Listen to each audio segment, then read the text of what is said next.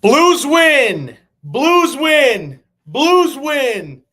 And a big one. 7-2. They take game 3 in the series. Jacob Stanoch, Thomas Welch. This is Blues Hub post game here on Sports Hub STL, presented by Hot Shots and DraftKings. The crown is yours. Whew! What a doozy. What a game. I was screaming. It's already really late, and I'm pretty sure quiet hour in my dorm, but I don't care. I mean, what a game. What a response. And I think, obviously, they didn't listen to me, but what a start. You know, the one thing I said, get it going early, set the tone early, get the atmosphere and the crowd going at the right away, beginning of the game. And what do? Score 46 seconds in. Buchnevich, who would end up getting the hat trick, first career hat trick in with the second, third, and fourth goal of his playoff career. We'll get to Thomas. 1 goal in 22 games and scores a hat trick tonight. That's just the Blues black magic coming to play. Talk about the tweets Thomas sent out in just a second, because they were fun. Chat's already saying, we already got Winnipeg Jets fans in here saying you should thank the refs. I'm pretty sure you guys lost by 5 goals, not 1. So even if you want to call back the one that Binner saved on the goal line, I'm just saying, like, it's a long series. It's a long series. We'll get into it. That's a perfect way to put it. Well, let's begin. What a win. It was right there. It was arguably one of the best games we have seen from the Blues outside of that 12-game win streak. But again, I always think playoffs are playoffs. Regular season. Separate them. Doesn't matter. And this was one of the best playoff games I have seen since the 2019 playoff run from the Blues. It's been, I mean, even better than some of the wins they were able to pull off against the Avs a couple years ago. But man, well, before we get in breaking down the game, Thomas, I've done enough yapping to open this one up. Tell me tell me about your thoughts here. This is the kind of win that makes you want to sing. So I just want to say, get you far away. Come around and whoa, we're going to get copyright strike. We're going to get copyrighted. My God. 7-2 victory, dude. This is what we're talking about, right, chat? I know it was doom and gloom these last 2 games. It was away games in Winnipeg with the whiteout. It's a tough atmosphere. Hardest. But 1 goal losses, nothing to this team. And then you come around, bring it back home, come around and talk it over. 5 goals on their head. Boom. 5 goals on their head. Topping them, bro. It wasn't even close. 3-0 at the end of the first period. I mean, chat, are we back? Leah, we're all the way back. This is domination. I mean, we got this team so rattled. Scheifele was trying to fight people towards the end of it. Like, Stanley's throwing punches. Like, we're getting misconducts left and right. Like, that is the game where the Blues thrive. Getting in their opponent's head, getting them rattled, getting them off of their game. Maybe we were talking about little tweaks this team could make. Maybe it's the adjustments of, the lineup changes. We didn't see Suter. Tucker was obviously in there again, and then Texier was in there as well. And maybe it's those small things. Maybe it's just the fact that Jim Montgomery had the last line change. Maybe it's just the home crowd atmosphere. I mean, Enterprise, it felt like the walls were shaking, and I was watching it on TV. I can't even imagine what was happening in the stadium. But my God, what a performance all the way around. Everything that we've talked about, we wanted to see from this team. Net front presence, D-men activation. Cam Fowler goes freaking Cale Makar mode. 5 points in a single game. I think that's a Blues record. Nasty goal. Last time that it happened in the playoffs since 1987, 2 guys did it. It was Cale Makar and Al McInnes. So that's pretty good company to be in if you're Cam Fowler, who the Blues acquired midway through the season. So it's just Doug Armstrong masterclass again. Cam Fowler, things you love to see. Pavel Buchnevich, what a time to make your presence known in the playoffs. Not just in this series, over the course of your career. That's been your biggest knock probably is, can he show up in the playoffs? He's been kind of ghost mode. 1 goal in 22 games. Shows up, like you said, Jacob, 40 seconds off the rip, puts it in the back of the net, immediately is banging on the glass. And then when he scores the hat trick, he damn near takes his bucket and throws it into the stands, dude. And then the hats just come flying. There's nothing you can really say negative about this performance. The young guys, I felt like played phenomenal. Jimmy Snuggerud, Zach Bolduc laying the body. He's still got to cut down on the slashes, even though that was one of the worst flops I've ever seen in my life. Sorry, Jets fans. It came close to Issa Lindell, and that's a brutal memory for me. Just from every factor, from every standpoint, it felt like this was the Blues performance and the Blues game that we were waiting on the first two games, and now we finally see it in game 3. So hopefully they can build off of this and keep this momentum rolling forward. And springing off of the Buchnevich goals, we're just going to go right after it because I feel like being a slight demon right now. We're going to look at what Thomas tweeted at noon today, where he said, I've seen enough of Buchnevich on the power play this series for a lifetime. Put Thomas in the middle, Snuggerud and Bolduc flanking him, neighbors net front, and go win a hockey game. And immediately responded with, God, I am an effing idiot sometimes. And then also right after that, no way on the second Buch goal. How did it feel to eat your own words on that one? Pretty good, to be honest. Like I'm kind of 0 for 2 in that regard with the Buchnevich hat trick and with shaving my head. So if I have to say absurd things to get the opposite result to happen, I'll just say it right now. I think the Blues have absolutely no chance in coming back in this series. It'll never happen. They've been outplayed every game except for this one thus far. They're clueless. They don't have a clue. They're guaranteeing they go back to Winnipeg now, and we've seen what happens when we go there. The whiteout's going to get to us. Connor Hellebuck is not phased at all, even though he got pulled this game. He's the best goalie in the league. He's going to get Hart Trophy votes, and there's no way I can jinx this team because they're the President's Trophy winners, so they're just too good. There's no way the Blues come back. I'll say it right now. And that's how you do it, folks. That's how you do it. Well, just to put it in perspective as well, I just saw a tweet. Louis was standing on a chair. Make that 2 chairs because he is quite a large animal, and his one foot is the size of 1 chair. But yeah, no, it was that kind of atmosphere where Louis was standing on chairs. I mean, it's insane. And arguably outside again, I mean, easily the thing is, everyone will look back to 2019 and say that you compared everything else, every other playoff series we've ever had in the history of St. Louis. I don't think we have ever had as electric of an atmosphere than we had tonight in the Enterprise Center. And again, I'm watching. I'm 30 minutes down I-70. I don't even know what the hell's going on. I swear to God, I could feel it from over here. Like it was that electric. And I mean, the hockey, everything about hockey right now, I don't care if the Blues win it all or not, if they get bounced in this round. To me, and I just want to get this quick tangent in, hockey in St. Louis at this moment is the best it has ever been. And as a Minnesota kid with a lot of Missouri ties, I mean, I was born in the state. That's why I love this team so much. But to see it in this, what I consider my second home, it's the best thing in the world. It's like almost like I'm bringing the energy back, bringing it from the state of hockey with me. And oh my gosh, it's the greatest thing in the world. It's the greatest thing in the world. Talking about the Gruden effect as well. I don't know if you saw that John Gruden video. John Gruden got me feeling nicey right now. What an electric factory. I mean, just what a character, dude, to get that care package and then just pull out Brett Hull, Chris Pronger.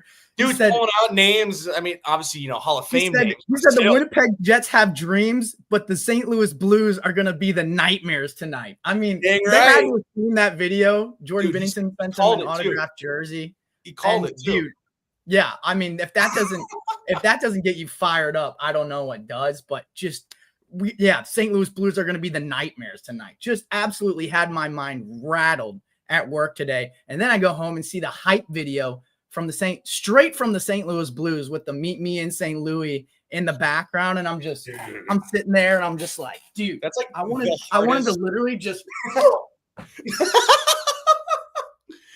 throw myself through a brick wall. I'm literally sitting there like this, like, dude, that honestly might be, oh my gosh, yes, nuts. Yes, with the skates on, bro. Thank you to Joe Roderick behind the scenes. That is the best. Oh my gosh, look, I mean, what can't you say about that? Can't you say about that? Got me feeling nicey. All I gotta say. But man, oh my God. I will say all of that buildup, right? And we're all excited to finally see the home game for the St. Louis Blues after going on this home game win streak, which we kept going, by the way. And just phenomenal down the stretch at home, but also the win streak, all those things, right? How are they going to be received when we come back home? Down 2-0. St. Louis showed up and showed out like I knew they would, like we all knew they would. Absolutely bone-rattling sound levels in Enterprise, and the performance showed. You're right. Like, it's one thing I'm not going to throw shade, but it's kind of like City Park, right? Like, when we show up to City Park, that atmosphere is bar none, like, top 3, if not, for me personally, obviously, top 1 in the entire MLS. But the performance doesn't always line up, especially these last 2 years, right? Like, we've got 5 goals on the season. The Blues outscored them in one game tonight, right? So it doesn't always balance out like that. Like, the crowd can be up and into it, and the performance doesn't match. But the Blues not only matched, they took it to another level. So going into game 2 with the Connor chance, getting him yanked, 7-2. Like, I mean, I feel like St. Louis even has another level going into next game because, I mean, it's a ball game now. You have to go back to Winnipeg, and we know in this series, one of these teams has to win an away game at some point for it to flip. Well, I guess technically Winnipeg doesn't, but for the Blues, we know for them to win, they have to win an away game. So once they go back to Winnipeg, those games are still going to be crucial. Speaking of the atmosphere, we will have Ethan Hannaford and Brenden Schaeffer joining us from Enterprise Center. They're doing some other reporter stuff because they got, they do a little bit more than we do. So they're doing, of course, they're going presser and all that fun stuff. Boots on the ground, asking questions. Yeah. So they're doing everything they should be. But they will be joining us later today or later in the show here tonight. And that will be one heck of a little taste of just that little bit from Enterprise. They'll be joining us later today. So let's talk about this game. And I think the best place to start is the first period, because that was, I feel like a broken record, or it's just so cliche, and just saying that it was just one of the best first periods I've seen. I mean, I've seen so many first periods, and I think in order to not be cliche, it was damn near picture perfect. I mean, they wore them down, they out-physicaled them, and on top of that, they blew them out offensively, scored 3 goals, and gave up nearly no chances. And even the chance they did, Binnington was still playing incredible. And that first 20 minutes, it got me worried because I'm like, oh, fantastic. Still 40 minutes, though. Can this continue? But it did, luckily. Tell me about that first period, what you saw, Tom. Well, I'm looking at this stat line right now, jumps off the page for me. 18 shots on goal for Winnipeg total, 65 hits, and 40 penalty minutes, right? And the Blues almost matched that hits total with 63. So we're talking about over the course of a single playoff hockey game, 128 total hits thrown, and Winnipeg ended up with 40 penalty minutes. So it was like 30 at the end of the first for the Blues, which was more than their last game total. But if that stat line doesn't tell you, like, not only like Winnipeg was obviously rattled because of the high penalty minutes, they're probably gassed, and like we're used to playing a physical style of play. They probably are too, but like 65 and 63 hits is going to take a toll on everybody. So it's like, how do you overcome that mentally? And it looked like they weren't able to because they got a little bit rattled. But really, I think the biggest emphasis on that is 18 total shots on goal. Like, you're just stifling their opportunities, like getting in their head, if they're fumbling pucks, like looking over their shoulder before they go into corners. All of those things benefit the St. Louis Blues. And then the Blues just making the most of your opportunities, but maximizing your opportunities too, right? I felt like we saw way less one and dones in the zone and much more sustained pressure and time in the offensive zone. The net front presence was night and day. Colton Parayko Didn't look like he was nursing an injury. He looked like the Colton Parayko we saw that we were talking about, like being one of the best defensemen in the league and getting Norris Trophy votes. Like that was the Colton Parayko I feel like that we saw today. Also got a wicked slapper and ended up on the score sheet too, which we know that he's found the back of the net a career high, I believe, number of times this season. So the fact that he's still able to do that in the playoffs is huge. And then Pavel Buchnevich with the hat trick and Cam Fowler just absolutely eyes rolling into the back of his head, like just dishing out apples left and right, quarterbacking everything, seeing the ice like a menace, and then jumping up into the play and getting a goal for himself. Like just everything you could ask for from this team. It felt like they were just clicking on all cylinders and finding success on the power play when, like you kindly pointed out, Jacob, I was dogging them for earlier in the day. So making me eat crow, making everybody eat crow that said this series was over after 2-0, and now 2-1. And it seems like they're kind of singing a different tune. I think JB just pretty much summarized all of that perfectly. Blues are not effing around. Yeah, that as simple as it is. They really were. And, I think, everyone was talking about, especially, and also thank you to all the other, we're now seeing a lot more fans of other teams. I saw Wild fans going on. So nice Minnesota connection, a Rangers fan jumping in. Yeah. I mean, thanks for Buchnevich. I think that's the one thing we could say, but thank you for joining us here. I've said it a handful of times. We wouldn't be anything without the fans, and we're glad we're branching out as well. So thank you all for joining us here today. I feel like that's also kind of like Sammy Blais erasure, and I don't really appreciate that considering we gave up a lot to get Pavel Buchnevich, even though we did end up getting him back eventually. It was tough to stomach at the time, so not to rub salt in the wounds. But that was a great trade. It's even worse. Throw in Sammy Blais, because you mentioned that, and then he's not even on the team anymore. We gave him away for like a $2 bill and just said go at it. Like that was pretty much it. But let's talk again, about the wear and tear. I mean, obviously you mentioned the hits. One thing that I was trying to tweet, but could not think of a cool way to make it without it just being really lengthy and not sound good. This is a Blues team, and what I was going to mention was, everyone was talking about what do you do since they're making runs at Binnington, like everyone does. Why aren't they taking runs at Hellebuck? I think tonight showed why you don't take runs at Hellebuck, because when you run up the score, when you outplay them, even just the slightest amount, look at what the Jets did tonight. I mean, they're going after players. They're cross-checking guys across the board. I mean, multiple penalties. Luke Shen, I'm surprised. Logan Stanley. I'm surprised he did not get thrown out of the game. I mean, because I think that was just a playoff penalty. Still okay with the double minor, but man, I think regular season game. I think he got misconduct. But multiple punches to the face. I mean, Shen did it too, to be fair, but Nemesnikov was like on his neck. He's like duck and covered like this on the ice, and Nemesnikov is just all over his neck. So I mean, I would probably thrown a couple punches there too. But Stanley with the gloves on, just giving them to Foxa. Like Foxa did nothing either. That's what surprised me. Foxa didn't give in. He stood there and took it, which has surprised me because typically regular season that's 5 in a game.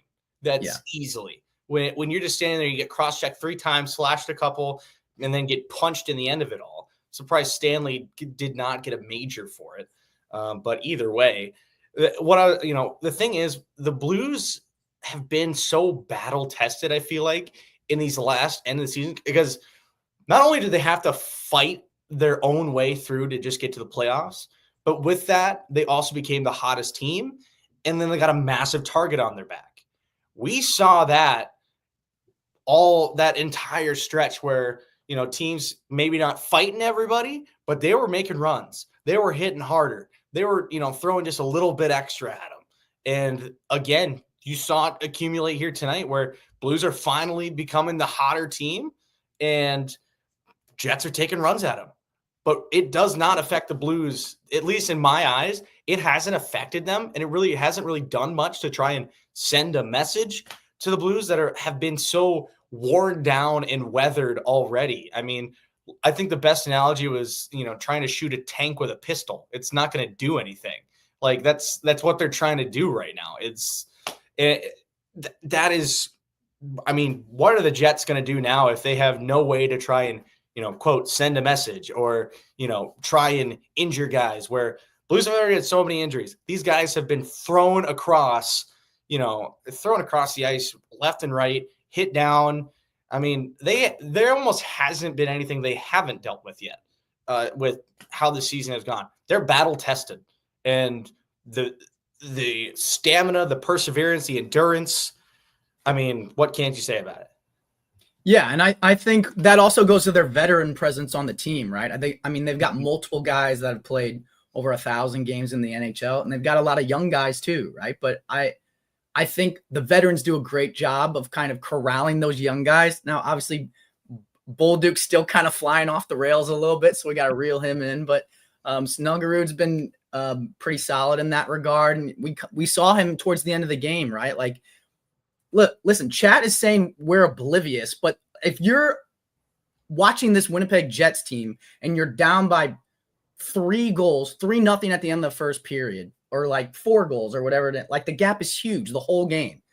It definitely benefits you to try to get in the head of the young players of the St. Louis Blues and get them to give you a power play. Like that, I think that was obviously their focal point, to try to claw their way back into the game. Like obviously getting pucks on net, getting close to Binnington, scrums after the play, punches to the face. Like all that stuff is how a blowout turns into a 2-goal game, turns into a 1-goal game, turns into a tie game, turns into an overtime win. So you can say we're oblivious, but like, I think that's the strategy for sure. And for the Blues young guys, so we saw it with Snuggerud laugh in Luke Schenn's face when it's 6-2 or whatever it is. And just like, I'm not feeding into your, shenanigans, go sit in the box for a while and look at the scoreboard. That doesn't happen on a lot of teams. And that ends up being their Achilles heel, is taking dumb penalties or, going a man down multiple times. So yeah, you can bring up the 5-on-3s and how it was such a one-sided officiating, but I think that was by design by Winnipeg to try to claw back into this game and get 4-on-3s or 5-on-4s or whatever it is when they throw multiple people to the penalty box. But the Blues just weren't having it. And it's not because, they're such a better team than Winnipeg, but they just have a veteran presence of so many guys that have waited for this opportunity for so long, and also guys that have been in this opportunity so often, right? Like Brenden Shen, like your captain, has been in playoff series that they should have won, playoff series that they shouldn't have won but did, and playoff series where they should have won and got swept probably, right? So he knows how to navigate these things, and like everybody listens to Brenden Shen. So it's not like Zachary Bolduc just goes out there and he's like, I don't care what my captain says. Like he just gets his wires crossed, and that's fine. I like that he plays with the passion, but I think it's obvious that mindset to claw their way back into the game and getting physical with the Blues and getting them to try to take dumb penalties will not work against this disciplined St. Louis Blues team under Jim Montgomery. And I think this is the best way to look at this. The disallowed goal killed Jets momentum. What to say, though? Certainly, you got to agree with that. I'm not going to say whether it was or whether it wasn't. But what a great save by Binnington. I'm just gonna leave it at that. I'll say this. If you're taking in the context clues, I think it's a goal. I think it's in the net. But if you're going by the rule of the law and basing it off of what was ruled on the ice, which was called no goal, and then you're going to the replay and you can see parts of the puck, but not all of it, through the webbing of a glove, and you can see parts of the line and guess where it is, but you can't see both at the same time or see all of it. I think the refs got it right there. And that maybe that's me being biased as a Blues fan, but I feel like I've seen this scenario multiple times, and I was still expecting it to be called a goal just because I feel like somehow, like some way, there's this backdoor vendetta against the St. Louis Blues in every single scenario where they go to the film. So that's just my take on it. I think, was it in the goal? I think it was. Is it a goal under the stipulations of the rules, and did they call it incorrectly? I don't think so. That's my take. Yeah, no, it's a nice one.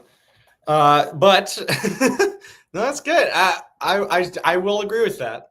I definitely will. Again, I'm just not gonna jump on a pedestal and give my thing. I'm just gonna say whether it was or whether it wasn't. So what? Anyway, but talking how Jordan Binnington has played though, outside of that That goal is actually worth fantastic. 5 points. It was a money puck. Sorry, go ahead. Wow. No.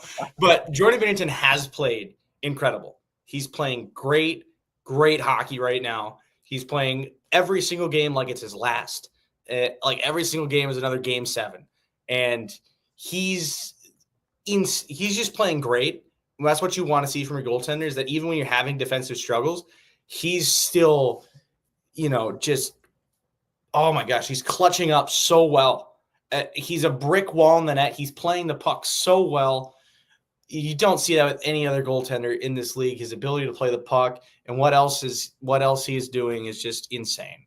And I think I'm just going to end that there. I'll let you take over in your thoughts with Binnington. Yeah, I think, I've been watching a lot of Blues hockey right now, and I've been checking in on other playoff teams. So obviously this is a biased opinion, but I think if he's not the best goalie playing right now, he's one of them, right? And I think he's out battling Connor Hellebuyck. And that's not to say that Connor Hellebuck's been bad, although this game, the score line looks brutal, but I don't know if there was some tips and like some screens. So I don't know if you can blame Hellebuyck for a lot of these goals. It was really just the Blues working the puck well and getting pressure and net front presence and all that stuff. But the way that Jordan Binnington has made, just 5-star saves, standing on his head, keeping this team in games. It's just everything. It's everything we want from him, everything we expect from him in huge games. And that's why he makes the money that he makes in his contract. So I think he is the best big game goalie in the entire NHL. And that might be me biased saying that too, but you take into account 4 nations, even coming up as a rookie and just spearheading this team to its first Stanley Cup in 50 years. All of the data is there for Jordan Binnington. You can bring up the fact that he's had a couple rough regular seasons when the Blues had bad defenses. You can bring up advanced analytics and all that stuff, but the eye test is more often than not, he gives your team the best chance to win when it's do or die, backs against the wall, playoff time, massive games. Every scenario where you could possibly feel nerves, he says, "Do I look nervous?" And he never is. No, I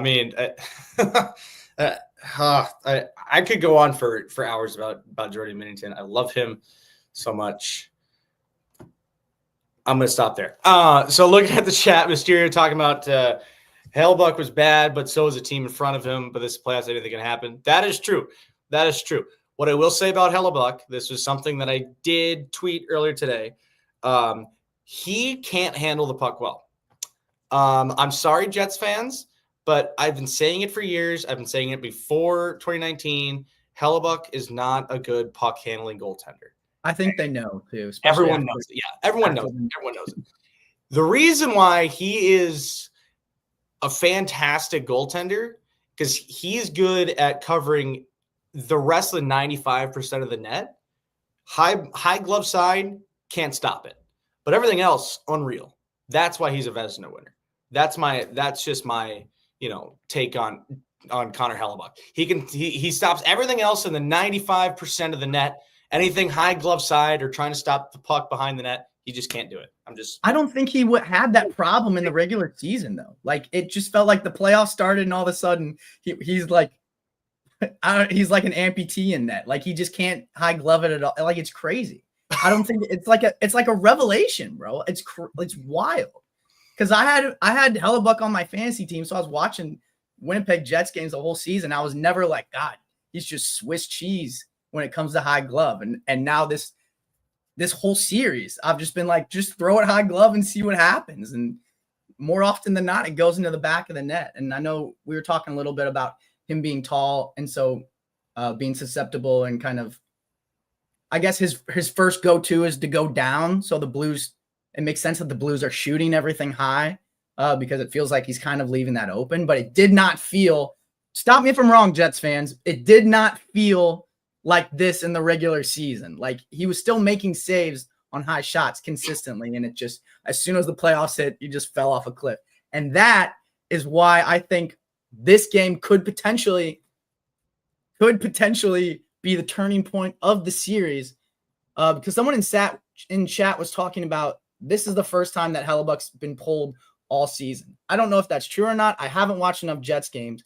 But if that is true, also with the scoreline of 7-2, also with 20,000 plus St. Louis fans screaming, Connor, the whole game.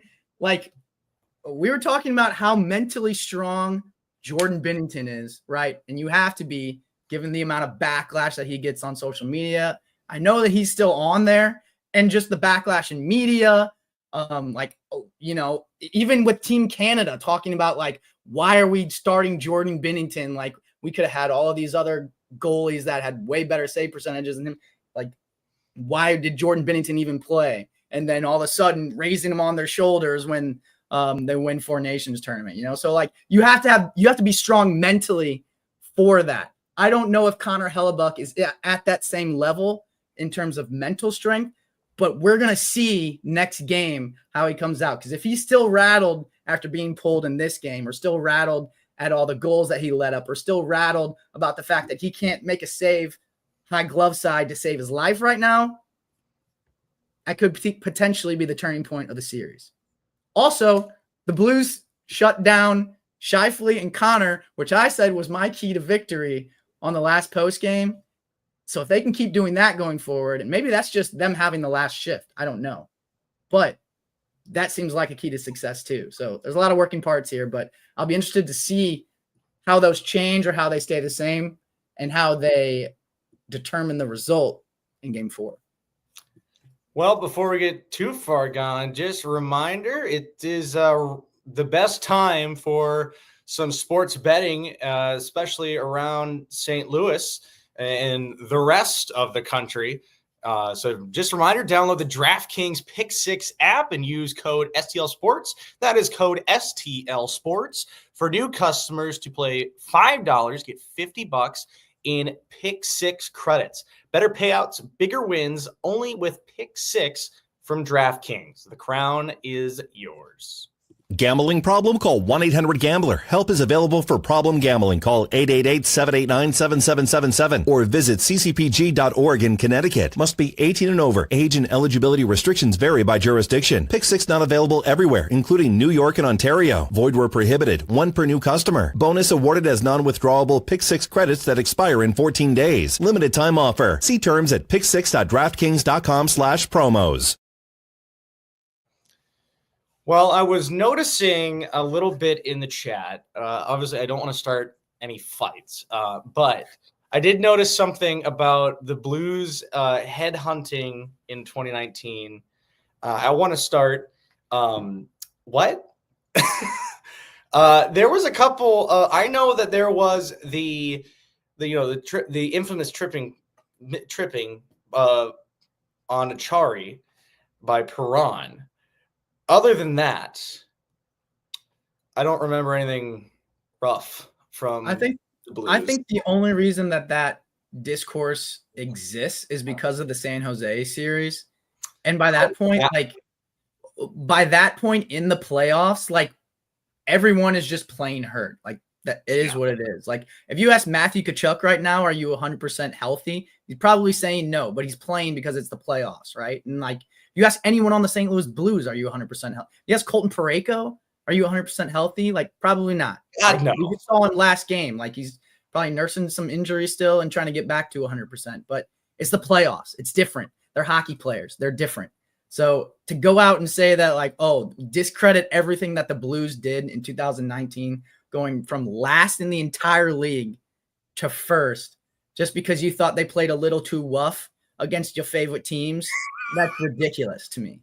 Like, sorry, you got out muscled against a bunch of WWE superstars. Like, that's just how the St. Louis Blues are built. If you want to play against a speed team, that's fine. We'll just put pennies on and play no contact the whole game, and then we'll just have a completely different sport. But that's not how the NHL playoffs work. So sorry, it's nitty, it's gritty, it's grinding through those injuries, and that's why the NHL playoffs and the Stanley Cup is so emphatic and important, and it's why it's such a different beast than any other playoffs. It's not just about what team is the best and can they like win all of their games.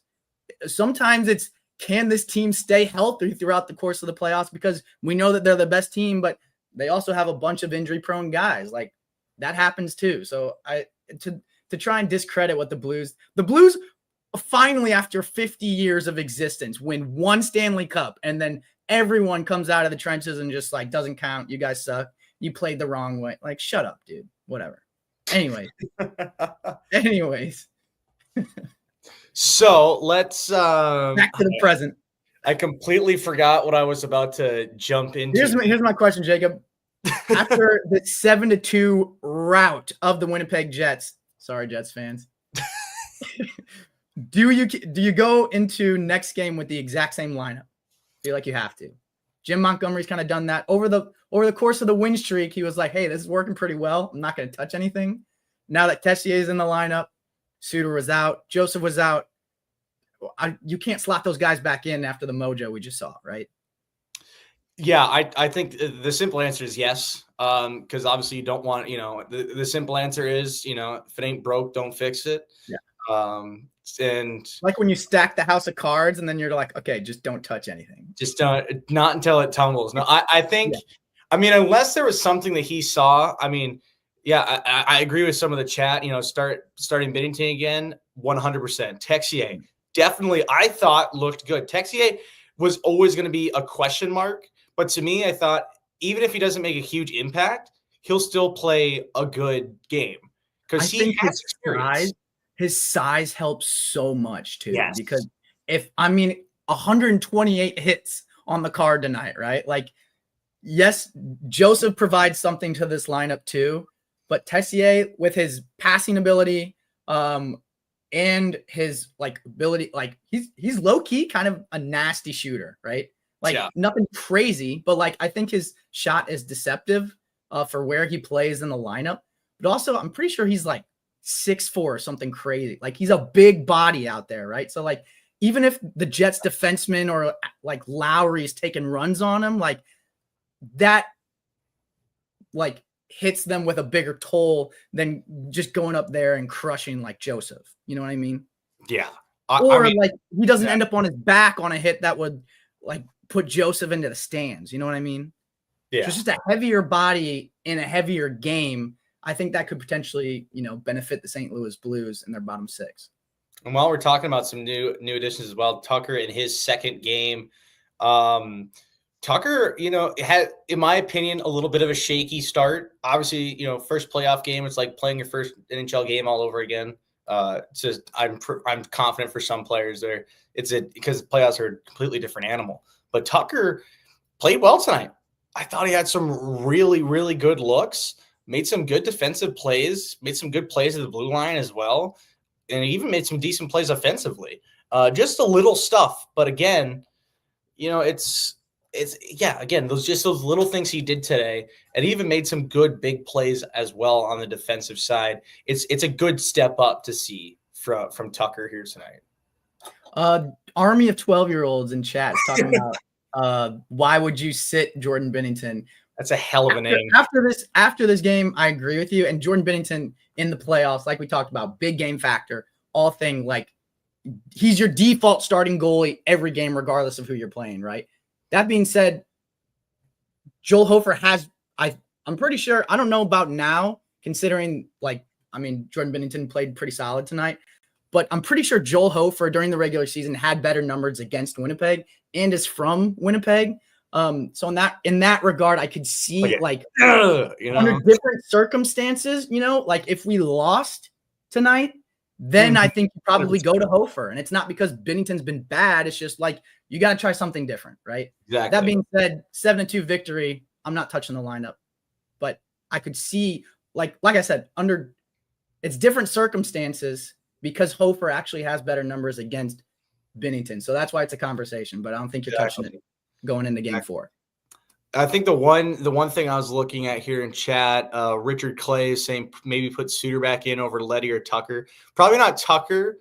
Leddy is like a maybe. And again, it's not because because Leddy played bad. I think it's like a situation where I think they found a good lineup, and Suter and Leddy could be interchangeable at kind of right now. I feel like obviously we're still super early. So you never know.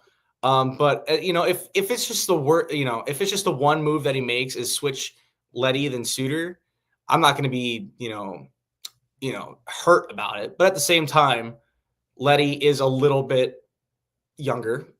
He's not the dinosaur Suter is. Don't get me wrong, Suter's still a hell of a player. But, Leddy, like Tyler said, a little bit of a better skater. So I think you don't really switch up much. But if, say Suter for Leddy, I'm not going to be super hurt. Yeah, it does feel like he's got a nice – I think the ideology behind this defensive group tonight specifically was you've got one player – well, on some of them they had multiple, but one player with that skating ability that's able to almost break out pucks in the defensive zone by themselves. And then another guy on there that has a strong ability to clear the crease, is a little bit more physical, right? You've got Cam Fowler and Colton Parayko up top, which are probably interchangeable in those regards, more so than the other ones. But Parayko's a huge body, and we know he can clear that crease. And, not always as well as we would like him to, but we know he's capable of doing it, right? Specifically for a first-pairing defenseman. Broberg and Falk, kind of the same thing. Both of those guys are hybrids, but I feel like Falk kind of has a little bit more grit or edge to his game than Broberg, and Broberg's a little bit smoother of a skater. Maybe that's just because he's younger and has more legs under. And then you've got Leddy and Tucker on the bottom pairing. Leddy is about far end spectrum, full blown skater, breakouts, all that stuff, nice passes as you could ask for. And then Tucker's the exact opposite end of the spectrum, brute physicality, banging bodies, burying guys. And dropping the gloves every once in a while when he needs to. So looks like we got some correspondence coming in. What's up, guys? Energy in Enterprise Center where the wall's shaking like it felt like it was here. And what can you tell us about the press conferences and what you guys experienced in the stadium tonight on a 7-2 bloodbath? Brenden, my job now. So Brenden, what did I tell you, or what did I say after this? I said, I think at this point it was 6-1. And I said, if we score again, the roof might blow off of this place. Now I can confirm that the roof didn't actually blow off. No, it's still there. It's still intact, but it may as well have, because this place was pure electricity all night. From the opening video that they did. I mean, the Blue Note Productions is phenomenal. From the opening video that they did to the players coming out on the ice to the puck drop. I mean, it was only a few seconds later that the Blues were up 1-0. I mean, from front to back end, St. Louis Blues Nation clearly showed the electricity. And we also talked about this. There had been it felt like there had been some pent up St. Louis just missing playoff action. And that definitely got to be released tonight. So the atmosphere was absolutely phenomenal from front to back end. Yeah, and of course you've had the city soccer team get to have some playoff action, but other than soccer, it's been a minute since we've seen Big Four playoff action. I think the Cardinals in 22 was the last one, in the Blues earlier that season. It did feel to me, and I haven't been back here a lot since COVID, I'll admit that, but it felt to me like it felt in 2019, right? Covering these games and being here. And it felt like that energy was there. And I thought, that's probably not true. I'm just remembering it that way. This is recency bias. And then I got people texting me like, yeah, this is just like 2019. I'm like, okay. I mean, if it's not just me saying it, then there must be something to it. But it was just unbelievable. The first periods of these games, guys, have been pretty strong for the Blues, honestly. But tonight it had that extra edge. Jim Montgomery talking about when you're on the road, you basically try to tune that crowd out. You really don't hear it after the puck drops, right? You notice it at first, but then it's kind of gone to you. But he acknowledged the benefit it gives the Blues at home to hear everybody at Enterprise the way that it was tonight. And there's no doubt about it. They were flying around out there early on. You draw the penalty, which gets you that second goal. They were relentless for 20 minutes, and it couldn't stay that way, right? You knew the second period would feel differently, but for them to be able to, Ethan said weather the storm. Jim said, not sure I'd call it a storm, but you get the emphasis by what he was saying. It was a great question, Ethan. And Jim Montgomery crediting Binnington and saying, look, we've got a goaltender who has that playoff experience and makes those big-time saves in big moments. That got them through that second period, which I would call a little bit restless. And then from there, the floodgates open, and the towel man had a workout in the third period. No kidding. And then the Jets started crying about stuff, and they had some pent up energy to let out too. But it was, you couldn't have scripted it any better, I don't think, boys. So let's talk about just the atmosphere in general. The biggest question, first of all, Joe jumping in the chat, looking at the suits, probably the best anyone has ever been dressed on one of our programs here. Maybe. Yeah, so You never know. We might need to start setting the standard here to look like these two distinguished gentlemen here. Oh God! I don't know about that, but while we're talking, now wait a minute. While we're talking about look, I don't like the way that this screen is set up. Yeah, because your head shouldn't be cut off the top. Yeah, it actually looks like I have hair. Let's not get too nuts yet, Joe. Your head has been. Joe's getting nuts behind the scenes right now. Your head has been the center of this run on Sports Hub STL for the past 2 months. So, Can like, you just get a top-down light just shining off of it? Oh, it's There's a beautiful. good one right here. Golly. This one right over it, it just straight down spotlight. I'm leaning in to get a better vantage point. I love it. Yeah. That's brilliant stuff. Oh man. Okay, so let's talk about, now that we're past the nice tangent we just had. Let's talk. I wanted to ask you guys what the feeling was in the building during some of the chippier moments. Like, what was the atmosphere going, especially towards the end of that third period when you're feeling like getting fights. What was the building like?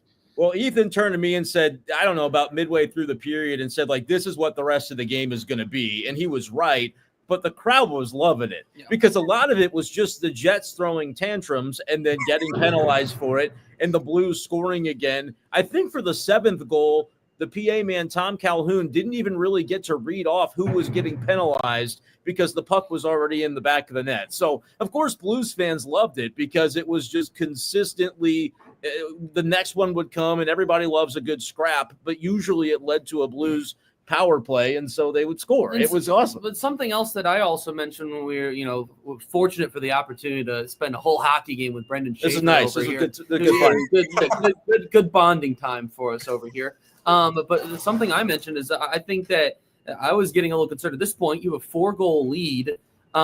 Things do get chippy, but I started to get concerned. The Blues are already banged up enough. Hearing about Thomas not practicing yesterday, limping off after game 2. We already know Parayko still, I think, working back from the knee scope. Obviously, we know Holloway's not even here. So all that's saying is that this is a time when you don't want anything bad to happen, and all of a sudden you're down another guy or someone else is banged up going into another must-win game in Game 4. I thought that the referees did a really good job when they put the Blues on that power play, with 4 minutes left, and it had been probably like game clock-wise 3 minutes of just a lot of chippiness. Every single time that there was a whistle, guys were pushing and shoving, and eventually they just started kicking guys out of the game, and they put the Blues, I think, on a 4-minute power play and said, all right, this is how you guys are going to do this, then we're going to put the Blues on a power play, and that way you guys literally have to stop. I thought that was really well done, and I thought it cared specifically for the Blues. I thought it cared for them well, and fortunately, you're going into a Game 4, hopefully just as healthy as you were in Game 3, not being that was that great, but it's not any worse than it was going in. I want to ask you guys, though, relative to that, the way the Jets, they were clearly upset by the way that they, got it handed to them tonight. But, like, when you think about the way the Blues went to Winnipeg and played those 2 games, they could have come away with either of those games. We know how they ended up, and the Blues fell short. That was not the vibe tonight. And so I wonder if it's just one game, and every Blue that spoke said that's Game 3, and we have to turn the page to Sunday. Hockey players are really good at the platitudes. But from the fan perspective, I want you guys to weigh in on this.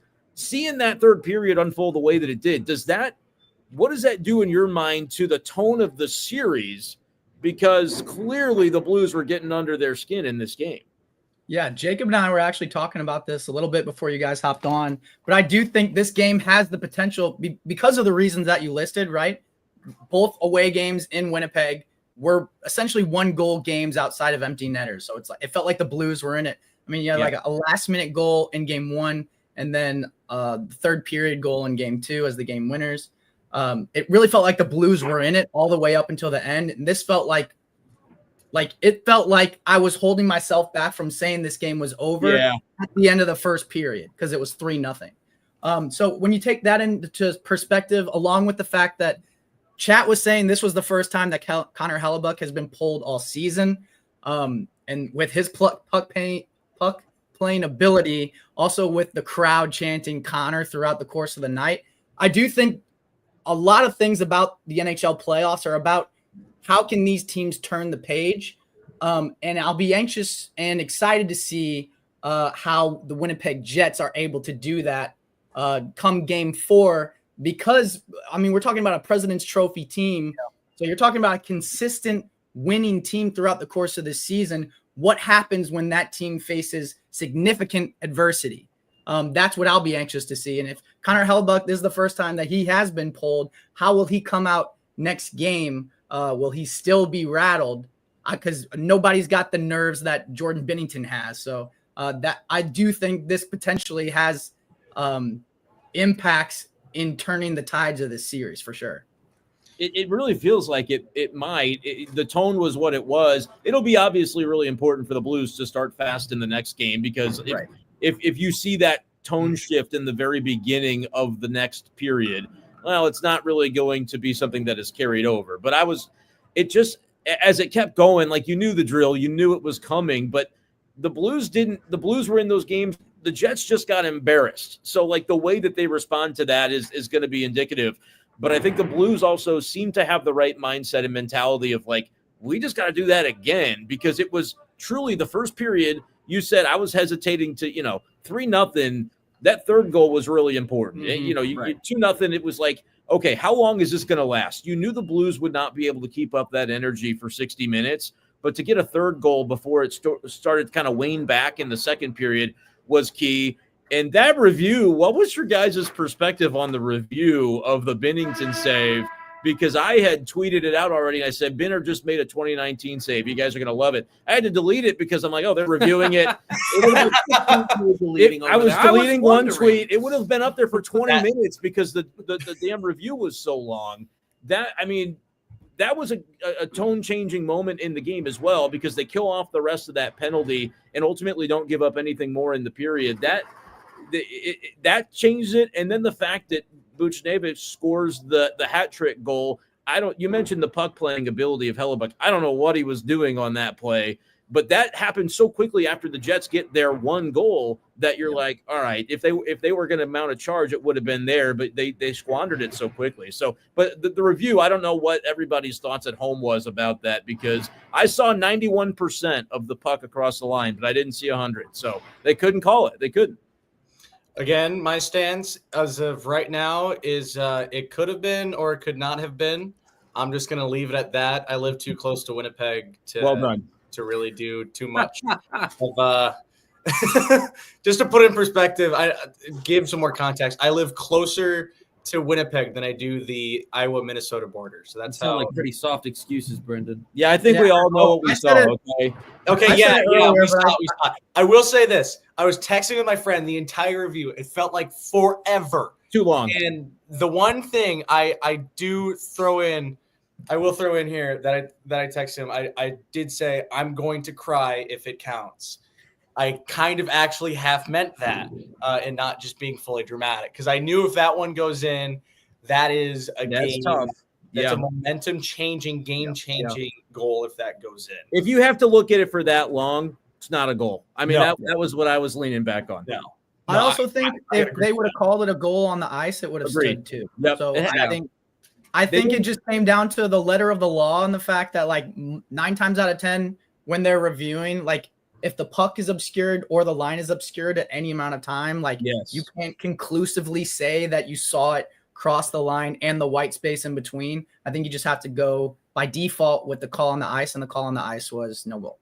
The angle that I thought looked most like it was a goal wasn't the over top that was obscured. It was the one from the side where you could see Benner's whole net, or his whole glove basically, was in the net. But those, like, we see this in football, we see this all the time. You don't necessarily have the view you think you do from that angle, even though it looks like one thing. It can be an illusion. So you have to use that over the top, straight down angle, and like you said, obscured to where you couldn't really tell. I also think those views and plays like that specifically, like I was texting my friends in the group chat about this, but like if I'm Jordan Binnington and I see that like being potentially looked at that long just because of like a view that of them looking through my webbing, like I'll just get a black glove or like a blue glove, and then, you know, like it'll save me in those scenarios. Like, and that's just weird. It's strange that like that narrative or that would even have to be the case, but like if that bright white, you can see the puck through it clearer. We've seen that in the NFL. Like, you wear the color gloves of the opposing jersey if it's a white jersey, so that way they can't see the holding call. If it's within the scope of the rules, why not go for it? Yeah. No, honestly, yeah. Why wouldn't you? You know, actually, you know what? At this point, I'm just gonna say it wasn't a goal. It wasn't a goal. Thank you. I'm putting it out there. I don't even care at this point. I just remembered. At this point, I'm cheering for the Wild just a touch in this one a bit. I got to feel a little bit more for my hometown. So, you know, they haven't won anything. I hate the Jets. I've been to Winnipeg. It's a miserable town. I'm doubling down on it. Winnipeg's miserable. I don't want to go back. Outside of hockey, they have nothing. That's my stance.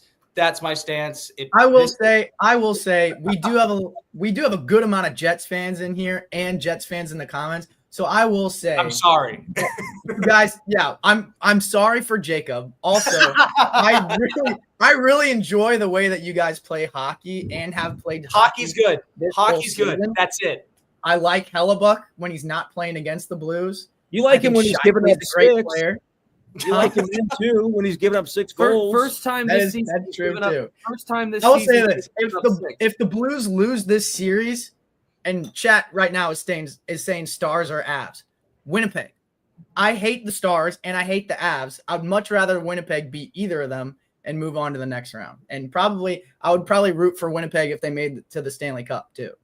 But for the sake of this series, I need my boys to show up again in Game 4 and make it 8-2 or 9-1 or 10-0, and then go back to Winnipeg, make it a series of 3, and then we move on to the next round. Now you got to find home ice at some point, but we cross that bridge when you get to it. Sunday comes first. You know, we talked about this after game or in Game 2's post game show. Mike Claiborne talked about it. Said, you know, it's not a series until you win on the opponent's ice, and we saw that tonight. You know, and I was going to ask you, Brenden, of your thoughts on this, but just briefly before asking you, I'm going to answer the question. But just talking specifically about what we saw from or what we heard tonight from the guys in post game. We heard from Cam Fowler, Robert Thomas, Jordan Binnington, and Pavel Buchnevich. And for me personally, I think the thing that stood out to me the most was there was some comments on tonight's game, but it felt like most of the discussion was. Now we shift to Game 4. Like, yes, mission accomplished tonight, job done. Yeah. But now it's on to Game 4, and it doesn't mean anything if you don't win Game 4. I think, and there was a lot of like, we're in the series now. They didn't, until you win a game, you make it 3-0. You're not in the series. It's pretty well cooked. But there was a lot of, hey, we're in the series now. They know what they've got to do for Sunday, and that is what the mindset is, right? Like. They needed to find some way to just feel like they were in it. And that had to be tricky because and Jeremy Rutherford asked the question post-game about sort of the national sentiment of 2-0 Jets. That's kind of what everybody expected. And I was that to Benner that he asked that question? He asked it to both, but Benner answered. Yeah, it's just sort of – and he's like, well, people are going to say what they're going to say. But, like, for the Blues, that had to be – They had to feel like they had something to prove tonight because they really did play pretty well in those first 2 games. They didn't finish the third periods at the way that they needed to, but to go into that environment and on TV anyway in Winnipeg, it seemed like that building was jumping too. So for them to play pretty well but have nothing to show for it, and you're the last seed against the President's Trophy winner, it can kind of feel like, that narrative can be a little bit self-consuming. The fact that they played the same way and then got the added boost of, hey, the crowd's now behind us, so we win by 5. Like, that was notable that they didn't flinch despite being down 0-2, which tells me going into Sunday they're in a good spot, but they have to do it again. Like, it's not just going to happen for them, and the other team is really good and has a lot of ways to be able to beat you. I just think it's notable that a lot of times if you're that road team where, oh, man, you come so close, I felt like after game 1, it was that might have been the series because they probably should have won that game. And then they come close again, game 2, they put up a good fight, they lose. You're thinking, man, I don't know what we're going to see. Well, we found out. I mean, they were ready to play in this building tonight, and it showed from the word go. Yeah, I think the thing is right now, you look forward to Sunday. The reason they always say, forget, okay, we won this game, got what it done. Okay, we forget, move on. Even if they win, it's always to forget, move on. And I say this because in every single series of hockey I've seen, every game is different. Every single game is a different play. It's a different style. Every game by game, everything's different. You usually, even game 1 and game 2, I thought vastly different in this series. Yeah. And that's just how hockey is. So, I see, some of the things in chats here, you're saying you got the blueprint to beat the Jets now. And it's like, yes and no. Yeah, play at home. Scoring a touchdown. Hey, scoring a touchdown helps. That is true. That is true. Yes. But so what are, I guess, like, what were some of those, what were some of those things, right, that you can extract from this outside of saying you're not going to score 7 goals a night against Connor Hellebuyck, but what were some of the things that the Blues did different tonight that they, didn't entirely do that, were difference makers? I thought that their net front presence was much better tonight compared to the first 2 games, and even Montgomery talked about that a little bit tonight. That's not an easy thing to do, but they set the tone immediately, and I thought not only did they start fast, but both of those goals were scored from Buchnevich on the net front. So, I thought that them immediately responding with arguably the thing that they needed to improve upon the most, outside of maybe having to play a strong third period, which they did, obviously. Yeah, they did this time. It was a little bit of a different situation because they were already up 3, but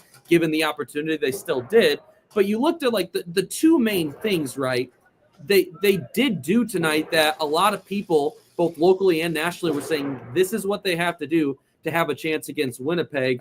And I don't know if it's as simple as you play the exact same style and you win like this again on Sunday, but some of the things that they did tonight, you most definitely extract and you say, rinse and repeat, right? And so it's not as simple as immediate repeat because, Winnipeg's going to make adjustments and they're going to do things as well. And Connor Hellebuyck is still going to win the Vezina Trophy, So there are other things that are going to add into that. But most definitely, I do think that the Blues did do some things tonight clearly that they're going to be able to bring into game 4. And you're going to say, okay, these are the things we have to build upon. The thing that'll be interesting to see is they threw pucks on net. They were doing it from the jump, and that was clearly to just make him see more shots. 15 shots in the first period, and they had 17 and 22 in the first 2 games. This was clearly something that they emphasized going in. What's interesting, though, is it worked. It worked super well to where you can do that next game too. How do you respond maybe if you don't have a puck go in 48 seconds into the game? Right. It almost felt like a mirage sitting here in the arena going, they score? The game just started. They scored. Oh, they just did it again. The very strategy they were trying to employ worked really, really well. So, yeah, do it again the next game, but also we'll find out what happens if you don't instantly get rewarded and then rewarded 70 seconds later with a penalty that you're, again, drawing that penalty was because of the style of play, right? Mm-hmm. They had the Jets on their heels, and so that's how you create that. It worked so well that you can't probably expect it to work that well the next time. And if and when it may not, you stick with it and find a way to keep the energy because the results, and Buchnevich mentioned this, was asked that same question, how'd you do it? It's well, it worked really well at the beginning and it's easier to play with a lead. And so maybe they'll have to fight through that in the next game. That might be the differential, but if they can fight through that initial burst where they maybe don't get the result right away because it's hard to do that every single time, but then it comes that stick-to-itiveness could help them to be able to kind of get where they're looking to go. Yeah, and I think the reason that it worked so well was because of that net front presence and battle that we were talking about. I mean, Buchnevich getting a tip on one of his goals, but really the constant chaos, not just in front of Hellebuck, but getting in his kitchen. We talked about that a little bit with Claves, Ethan, but I think we saw one play last game where Binnington got bowled over, and then another play where he got ran into, but making Hellebuck uncomfortable, after we've already kind of seen that he's already having issues saving high glove side, I think is probably what led to him going out of the net and just coughing the puck up on Buchnevich's third goal too. So just kind of getting him rattled, getting in his kitchen. But also I think stemming from that, we also saw Winnipeg getting a lot more scrums afterwards, like trying to get people away from Hellebuck. And then those leads to penalties. That leads to high emotions and, taking penalties down the road and then bigger hits and bigger swings and misses from them and then frustration. Yeah. So I think it's just a domino ripple effect, all stemming from that net front presence and just being an absolute pest in Hellebuck's face and, willing to go to that gritty area of the ice and know that you're going to get cross-checked and know that guys are going to try to slash you in the back of the legs, but knowing that it's for the greater good of your team because it's going to help the puck go into the back of the net. And I think this was a perfect example of what that net front presence can generate for the St. Louis Blues. I want to hear that from Jacob, but real quick, you said pest, and I think pesky, that's a word I would use. The Blues had that little grit, that little edge to them tonight that was probably not very fun to play against, especially when you're down by a handful of goals. Yeah, it's like the David Perron special. It's beautiful. Yeah. The last thing that I'll say here real quick also, and Samuel brought it up, so it brought it back to mind. The setup on Cam Fowler's goal, I believe that was that the fifth goal of the game, I believe? That was the one where they were holding. It might have been before. Oh, no, that was the third goal. That was the third goal. It was the third goal in the first period. Yeah. Because I was sitting up here, and they were holding it for a while, getting it set, getting everybody lined up, getting everybody ready. And I looked at the clock, and there was 4 minutes, 20 to go. And I was like, you can hold it there. 2-0 period, that's pretty good. And 10 seconds later, the puck was in the back of the net. And so it's to that point. But it went to show, right, and Montgomery talked about this a little bit as well, is one, the Blues, there's a reason that their defense is such a part of their offense as well. And we saw that this year, third in the league, I think, in goals scored, either goals or points. Forgive me for not knowing. It's just the stats. It doesn't. But we saw that tonight, them get involved once again. Cam Fowler had 5 points, and that was something that we didn't see the defense nearly as involved, it felt like, in the 5-on-5 play in the first two games of this series. And that was just so pretty because Fowler starts with it. He dishes it off, and then he ends up with – he just straight up beat Iafallo. He just skated right through. And I don't know if that's just straight up outskating a team, right? That's what it felt like. It felt like that was on the tail end of the Blues just having a phenomenal first period, having the energy from the crowd. And Montgomery talked about them really skating based off of the crowd's energy in the first period tonight. That's what that looked like to me because he went right through. He ambushed them. Yeah, it was beautiful. It felt like the Jets thought he was going to hold it for 4 minutes behind the net too, and that's right when they went and did it. Yeah, certainly did. I mean, it was a gorgeous passing play, and I mean, again, you also got to hand it to Robert Thomas with what he did, noticing Fowler racing down, an excellent dish down. But I mean, Fowler, he jumped in on the offensive side a little bit more after Parayko went out, and now he's continued that into the playoffs. Yeah, and that was a prime example of what he has done and what he can do. And it was flat out gorgeous, the best way to put it. So bouncing back on the first question, I think tonight what I really saw from the Blues that really stood out to me, obviously shots on goal. The shot selection also was a little bit better. I thought they weren't just waiting for perfect lanes. Saw it especially on the power play where they're not just sitting and waiting and hoping that they get the perfect spot or just continue to pass it around until they get the perfect lane to shoot at. They're firing pucks on net, and that's exactly what they did tonight. And another side of it too, I thought the passing and the decision making was just it was different, and maybe I guess the best way to put it is just a little bit better. with how they, the passing decisions, the positioning decisions, all that other stuff where it felt a lot different tonight. And then that is another thing that they can definitely move on onto Sunday. But again, I mean, the biggest thing for them the next 2 days is now they know the Jets are going to have their pushback right coming into Sunday. They know that since they just had their pushback, they know how, they have an idea of how to prepare for it. And they know what the Jets can bring. They know what's coming up next. So, I mean, it's going to be hard to say what they should carry over, what they need to focus on a little bit more.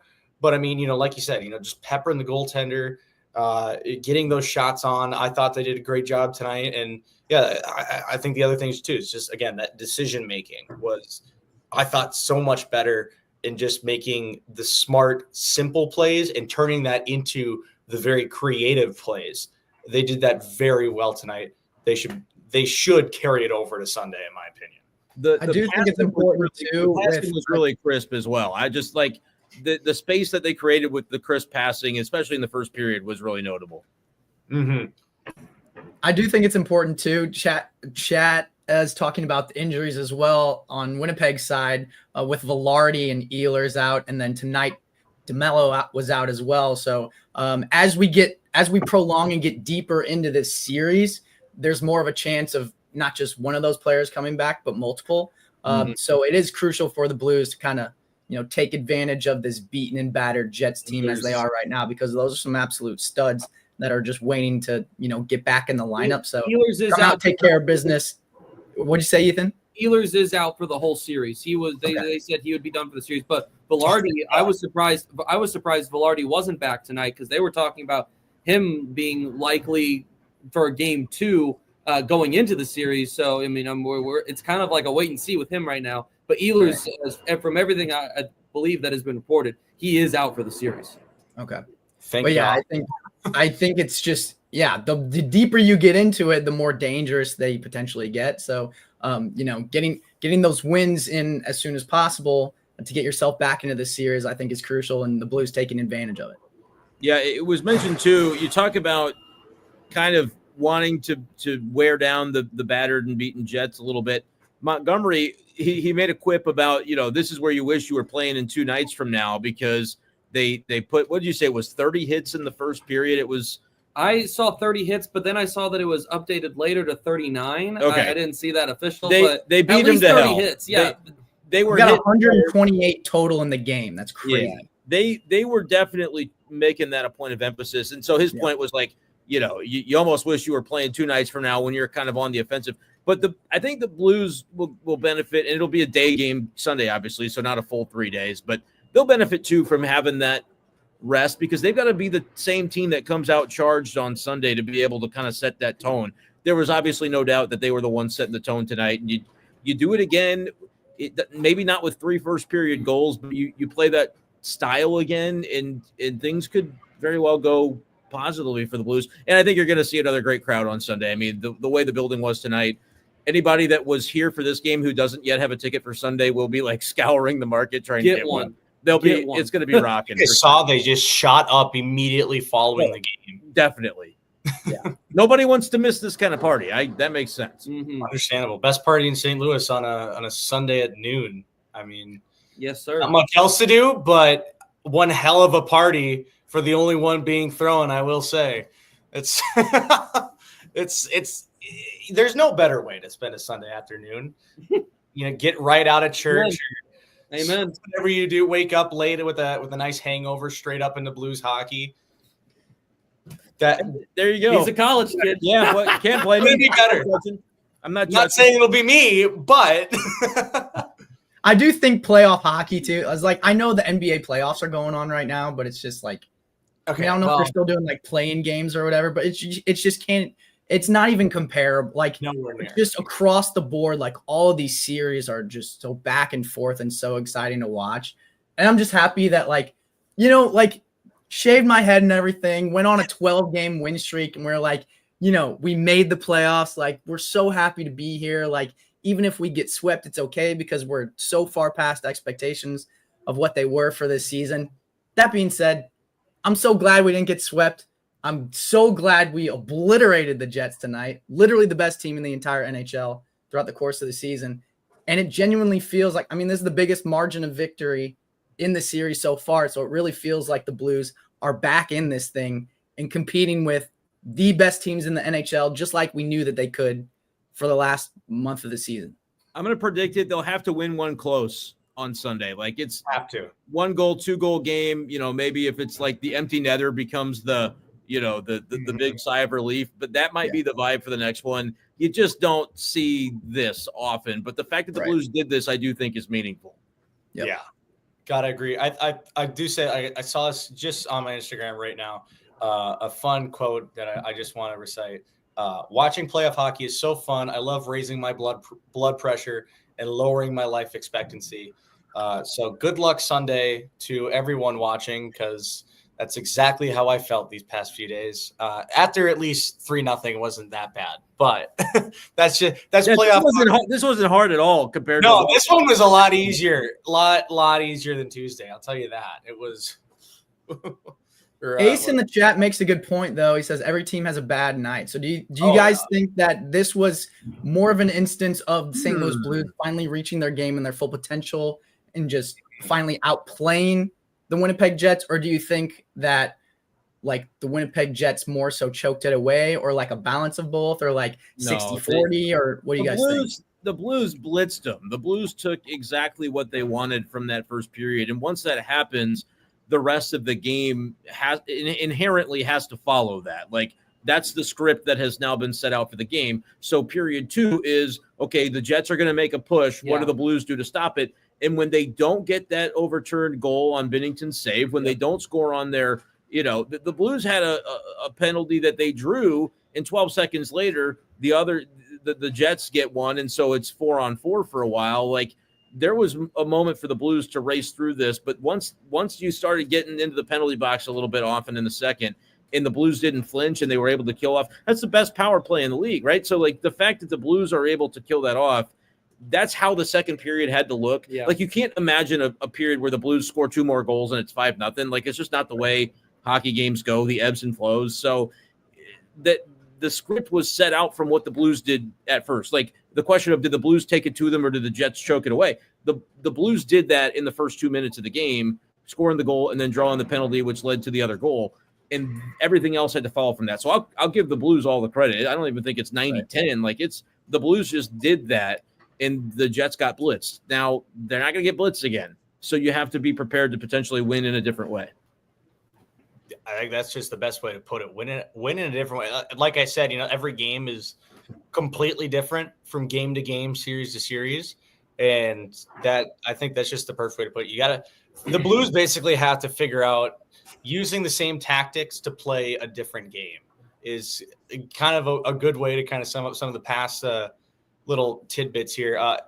One question I got for, I guess, everyone, you look forward to Sunday's game and you get the atmosphere from this. Obviously, the question, it's a noon Sunday game, which obviously you're seeing, ticket prices are skyrocketing. People are going to be there. Do you guys think that atmosphere will still be there Sunday, considering it is a noon puck drop? 100%. There is zero doubt that this place is going to be rocking.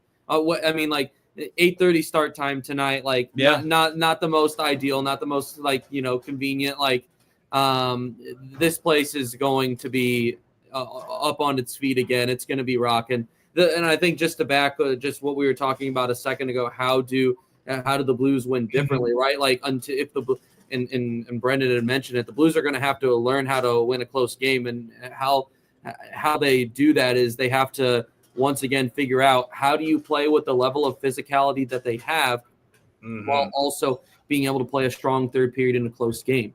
And the first 2 games, right, we saw them kind of peter out after really strong physical first periods. The quality got worse and worse as the game went on.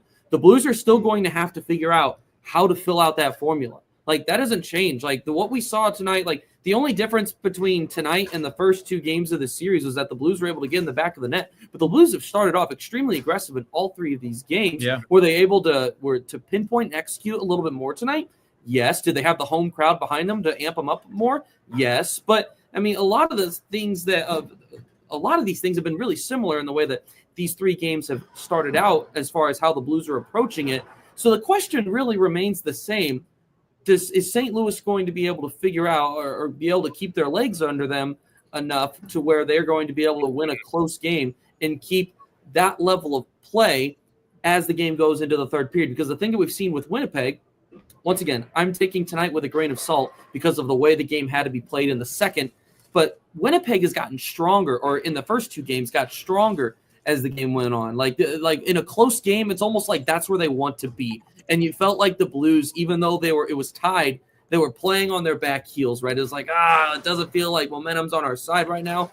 Maybe the home crowd had something to do with that as well. I don't want to undermine that. That's an important part of things. But the Blues are going to have to figure out how to be able to control some of the momentum, the swings in those tie games. And I say that like they haven't done that for this final stretch of these last 2 months, that they have to learn how to do that again. Like this is a team that knows how to be in those situations.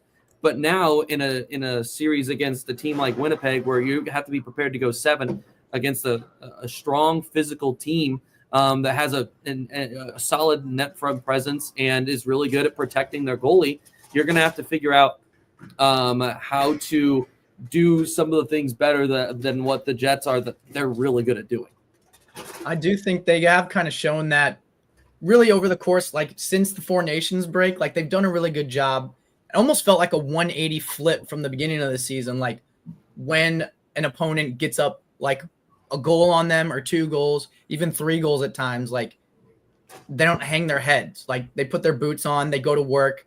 And 9 times out of 10, like they score after like quickly to get themselves back in the game. And we even saw that tonight, like 3-0 after the first period.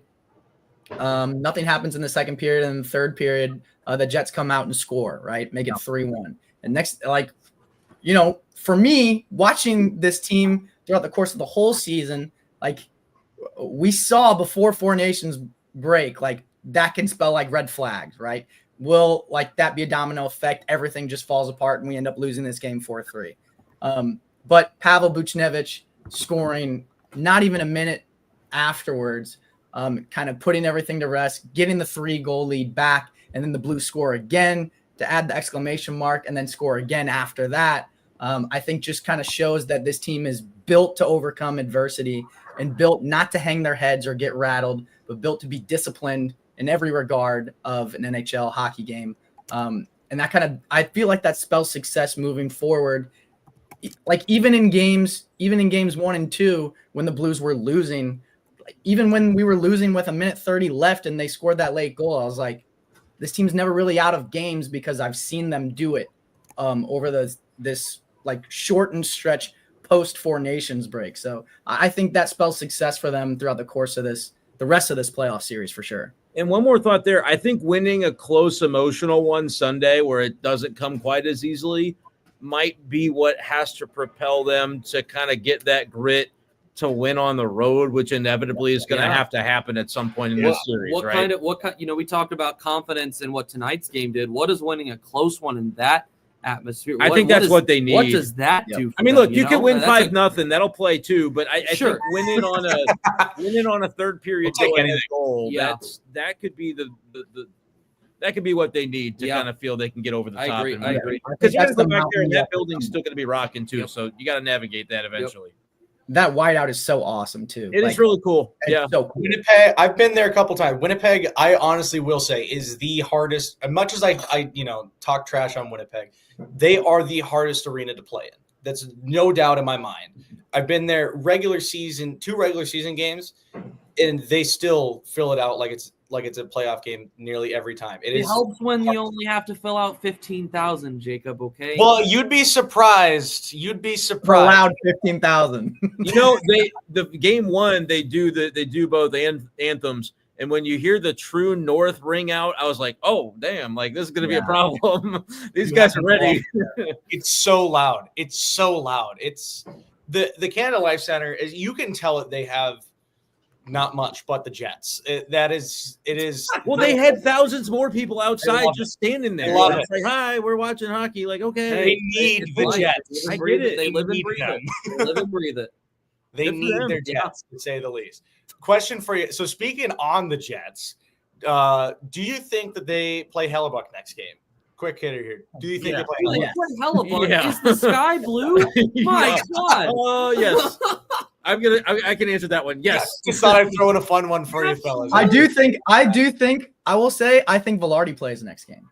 And I think the reason that he didn't play this game was because we haven't really showed them that they needed to play Velarde. And I think if we were in a different scenario where it was like a 1-1 series, they would have probably pushed Velarde to play. But they wanted to save him. That could be. Yes. Or at least give him an extra day and be like, I think we've won both games in this series without him. Maybe we can win. Because if they go up 3-0, then you might even be like, all right, this series is pretty much over. Someone in the chat did say that he's still skating in a non-contact jersey. So maybe that's the case, Thomas. But also, if it was, I imagine he probably wouldn't still be in a non-contact jersey. Yeah. That's speculation at this point. But it is an interesting thought. But I mean, I don't know if any of these coaches are willing to take those chances in the playoffs, if I'm being honest. Yeah, it's possible. It is possible. All right. It's getting pretty late. Obviously, don't want to keep you guys. It is, but do you agree?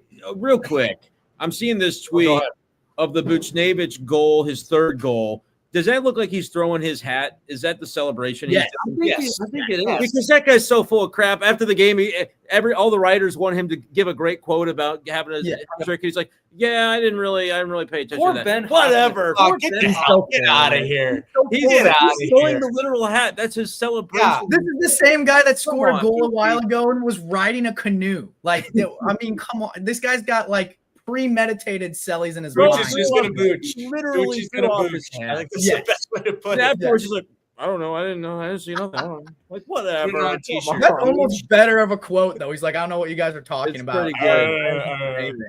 Hey, Booch is going to booch. Just put it at that. Booch is going to Bucci's going to Bucci. I swear. I think it was JR. I think Jeremy Rutherford asked it the last time of kind of like, what's it mean to you? Like you started the year at center. You took some time to get out to the wing. You started scoring goals. Like now you're scoring a hat trick in a playoff game. Just in the context of this year, like a great question from JR. And that was when he was like, no. And I'm like, he's like, it's about the team. I'm not really focused on that. Like a very hockey guy answer. But I swear, like JR set the question up to where I feel like it's like, here it is. And so they brought both guys to the podium at the same time. And I swear it took everything in Binner not to break. Like, just like, not to just, he's like asking, he's like a pleading. The writers are just like, you can just give me this.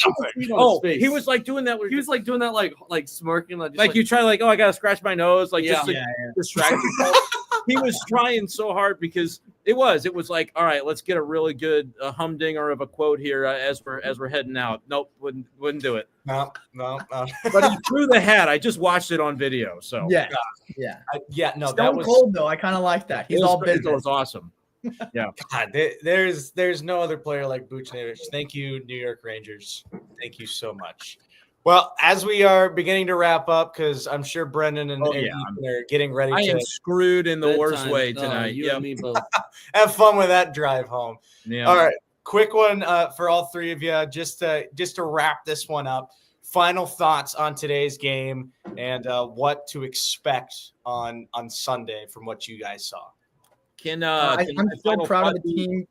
I was gonna say I'm still proud of the team for still proud of the team for everything that they did, and I think they checked all the boxes that they needed to, and that we've talked about on this post game that we wanted to see from them. The net front presence, funneling shots to the goal, and creating chaos in front of Hellebuck, getting in his kitchen, all those things, sustained offensive pressure. But I still think the biggest thing is keeping Scheifele and Connor off the score sheet, and they were still able to do that tonight. So if they can do that in Game 4, I still think that's the tweak that they can make to get them in the win column. And I think the Winnipeg Jets go as those two guys go and as Hellebuck goes, and Hellebuck's struggling right now. So if you can put those guys and get them to put up zeros, I think we're going to win 9 times out of 10. My analysis, you ready for this, of today's game, that was pretty neat. That was pretty damn neat, boys. So do that again, and then again, you gotta win on the road eventually. But I really do, and I want to say it might have even been Buchnevich that was basically alluding to the fact, like, well, it was either him or Benner. Those were the only two guys at the podium. The notion was, all right, they won the 2 games at home. That's kind of what we're supposed to do now, and that's how these series go. And somebody's got to find one, or the team with home ice is going to end up winning the series in 7. So there feels like, I don't know if expectation is the right word, but like there's a purpose to what they're going to be going out and doing on Sunday. I feel like they've got that within the team now. Yeah, that's well said, Brenden. I think to put a bow on it, I back the this is neat. This was a great atmosphere tonight. St. Louis, well done tonight. Go do it again. Crowd, do your part on Sunday. Do it again. Run it back. And you figured out how to get one, but it's one. It doesn't mean anything if you lose on Sunday. So go and do it. Find a way to win on Sunday, and you have a best of 3. Do you think they're watching right now, or hey, you're like giving the pep talk? You're giving the speech. You never know who's turning these things on. You never know. Booch is looking at his phone like. Booch is looking at his phone like he's right. Yeah, I think I will. Yeah, Ethan's right. Let's do it. Come on, guys. It's the John Gruden to me, all right? That's all it is. There you go. We are feeling nicey, to say the least. Thank you all for sticking around. It's been a late one. It's been a long one, but it was a fun one. And we appreciate all the fans sticking around, no matter who you're cheering on tonight. We still appreciate you sticking around. Certainly a pleasure to have just you guys joining us here on Sports Hub STL. And before we go, just a reminder, you can catch all of our live shows, all of our other video content as well right here on the Sports Hub STL YouTube channel. Like, subscribe, all the typical stuff.